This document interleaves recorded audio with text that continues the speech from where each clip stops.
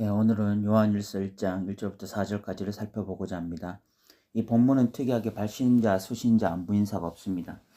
그래서 이 요한일서를 서신서로 봐야 하는지 의문을 가지는 자들도 있습니다. 그런데 내용을 살펴보면 발신자가 있고 수신자가 있습니다. 단지 그것이 서문에 기록되지 않았을 뿐이죠. 그러므로 우리는 이 요한일서를 서신서로 보고 읽어가도록 하겠습니다. 1절부터 4절까지는 크게 두 부분으로 나뉘어지는데 1, 2절은 생명의 말씀에 대한 이야기이고 3, 4절은 이 생명의 말씀으로 인한 결과가 무엇인지를 설명하고 있습니다. 먼저 1, 2절을 읽어보겠습니다. 태초부터 있는 생명의 말씀에 관하여는 우리가 들은 바요, 눈으로 본 바요, 자세히 보고 우리의 손으로 만진 바라. 이 생명이 나타나신 바 된지라. 이 영원한 생명을 우리가 보았고 증언하여 너희에게 전하노니 이는 아버지와 함께 계시다가 우리에게 나타나신 바 된 이시니라 라고 말씀하고 있습니다.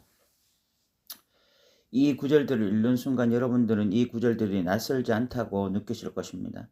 그 이유는 요한복음 서문과 굉장히 유사하기 때문이죠. 태초, 생명, 말씀, 하나님과 함께 계심 같은 표현들이 요한복음 서문에도 그대로 나옵니다. 이것을 통해서 우리는 요한복음의 저자와 이 요한일서의 저자가 동일 인물일 것이라고 생각할 수 있습니다. 1절의 번역은 이 헬라어 원문과는 조금 다르게 해석되어 있는데 원래 헬라어 원문에서는 생명의 말씀이 끝에 위치해서 이 생명의 말씀을 강조하고 있습니다. 이에 대해서는 이 가톨릭 성경이 더 나은 번역을 하고 있는데 가톨릭 성경은 1절을 이렇게 번역하고 있습니다. 처음부터 있어 온 것, 우리가 들은 것, 우리가 눈으로 본 것, 우리가 살펴보고 우리 손으로 만진 것, 이 생명의 말씀에 관하여 말하고자 합니다. 이렇게 번역했을 때 저자가 생명의 말씀에 관해서 말을 하려고 한다는 것을 명확하게 알 수가 있는 것이죠. 여기 태초부터 있는 생명의 말씀이라고 말씀하는데 여기서 말하는 태초와 요한복음에서 말하는 태초는 다릅니다. 요한복음에서의 태초는 창세 이전 상태를 의미하지만 본문의 이 태초는 공동체 안에 시작된 복음의 시작점을 의미하는 것입니다. 그리고 난 이후에 요한은 이 생명의 말씀을 우리가 들었다, 눈으로 보았다, 손으로 만졌다라는 표현을 쓰고 있습니다. 이것은 인간이 가진 이 감각 기능들로 생명의 말씀을 충분히 경험했다라는 것을 표현하는 것입니다. 왜 인간이 이런 감각 기능들, 청각, 시각, 촉각으로 생명의 말씀을 경험한 것을 표현하고 있을까요? 이것보다 더 명확한 것이 없기 때문에 그렇습니다. 귀로 듣고 눈으로 보고 손으로 만져보기까지 했는데 그것보다 더 분명한 진리가 어디 있겠습니까? 그리고 난 이후 이 생명의 말씀이라고 말을 하죠. 여기서 말씀은 성경이 아니라 예수 그리스도를 의미하거든요.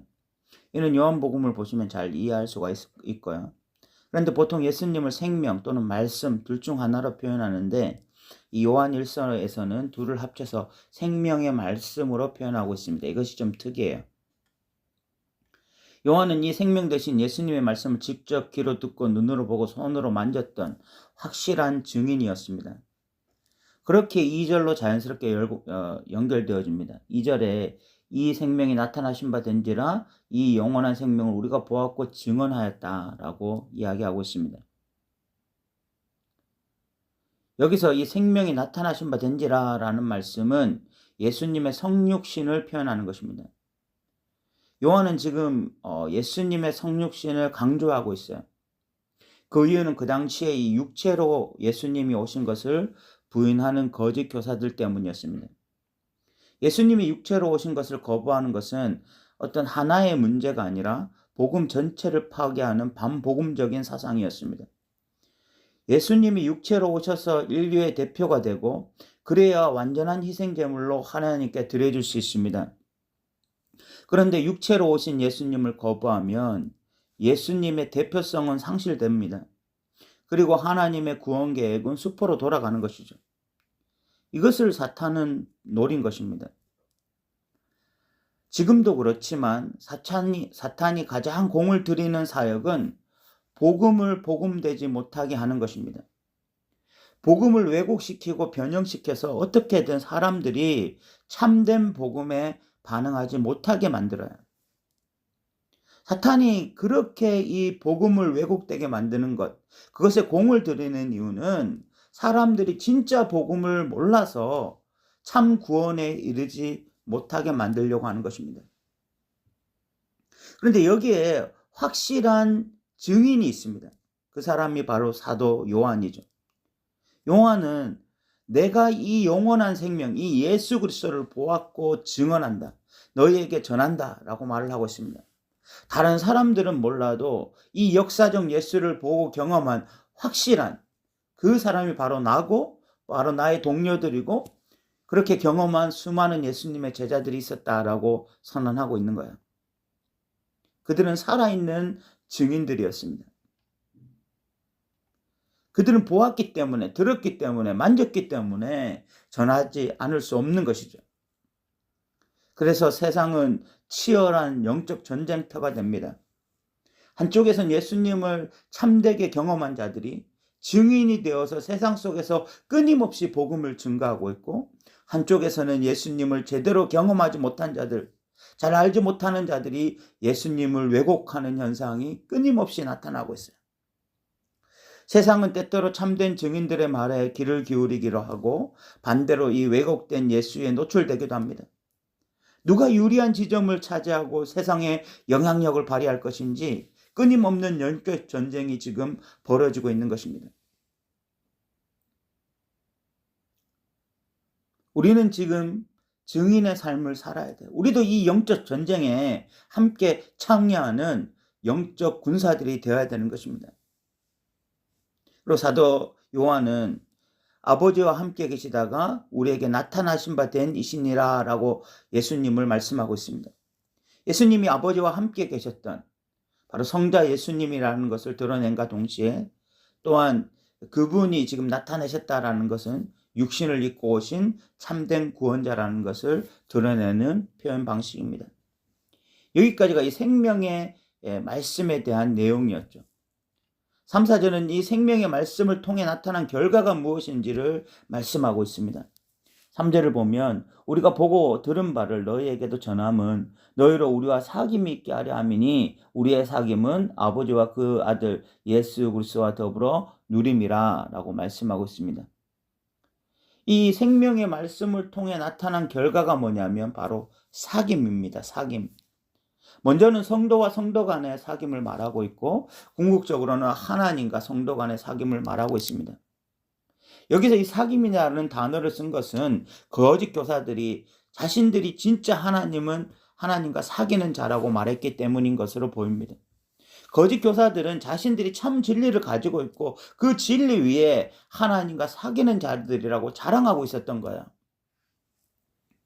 어제 우연히 유튜브로 신천지 10만 명 수료식을 보았습니다. 그들은 하나같이 신천지에서 진짜 말씀 만났고 진짜 진리를 알았다고 고백했습니다.